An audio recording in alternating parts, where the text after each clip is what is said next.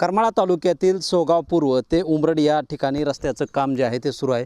आपण पाहू शकतो की या ठिकाणी जे सोगाव पूर्वचे ग्रामस्थ आहेत या ठिकाणी आपण पाहू शकतो की या रस्त्याचं काम जे आहे ते निकृष्ट दर्जाचं झाल्याचं जे आहे ती तक्रार आहे ती ग्रामस्थांकडून केली जाते। आपण सध्या या दृश्यांच्या माध्यमातून पाहू शकतो की रस्त्याचं काम केले असताना देखील हा जो रस्ता आहे तो देखील हातानं ज्या रस्त्यात निघलेलं दिसतंय। आपल्याला या ठिकाणी पाहू शकतो की कुठल्याही प्रकारचं डांबर देखील या रस्त्यावर न टाकता हा रस्ता तयार करण्यात आला आहे।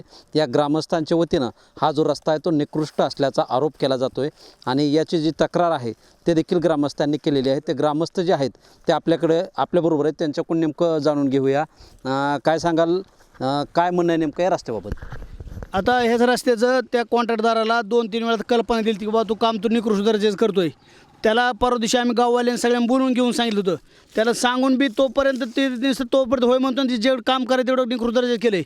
त्याला मी पहिल्या दिवशी काम झालं तर म्हणजे खडी ऊद असती, तू जरा व्यवस्थित काम कर, नाही म्हणला करतो, होय म्हणतोय नुसतं आणि हाही काम निकृष्ट दर्जाचं त्याचं काम चालूच आहे, त्यात काय बदलच होत नाही। त्याला सांगून बी आज बी आम्ही गाववाल्यांनी त्याला बोलवलं होतं।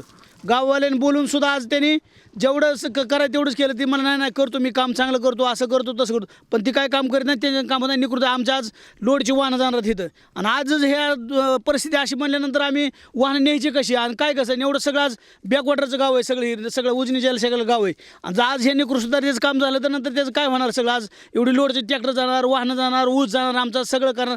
आम्ही त्याला म्हणलं तुला काय अडचण असली सांग, ती काय सांगत नाही आणि जेवढं काम निकृष्ट दर्जाचं तेवढं करायचं तेवढं ते काम करतोच आहे।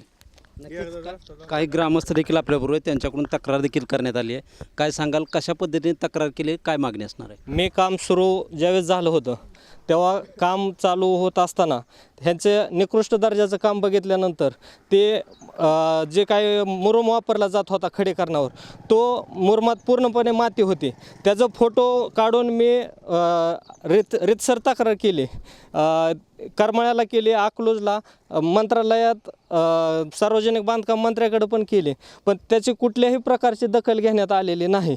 फक्त हे जे आहे हे ठेकेदार आणि अधिकारी ह्यांच्या संगनमताने हे सगळा विषय चालू आहे।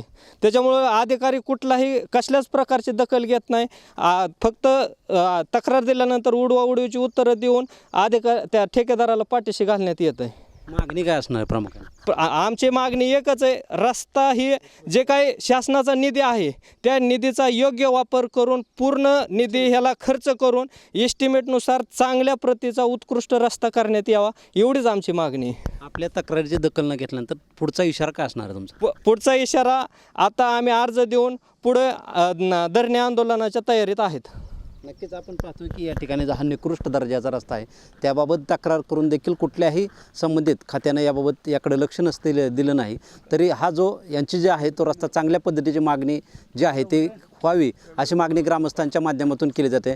जर हा रस्ता नाही झाला तर या ग्रामस्थांच्या वतीनं बांधकाम विभाग कार्यालयासमोर धरणे आंदोलन करण्याचा इशारा यावेळी दिलेला आहे। शीतलकुमार मोठे, TV9 मराठी, करमाळा, सोलापूर।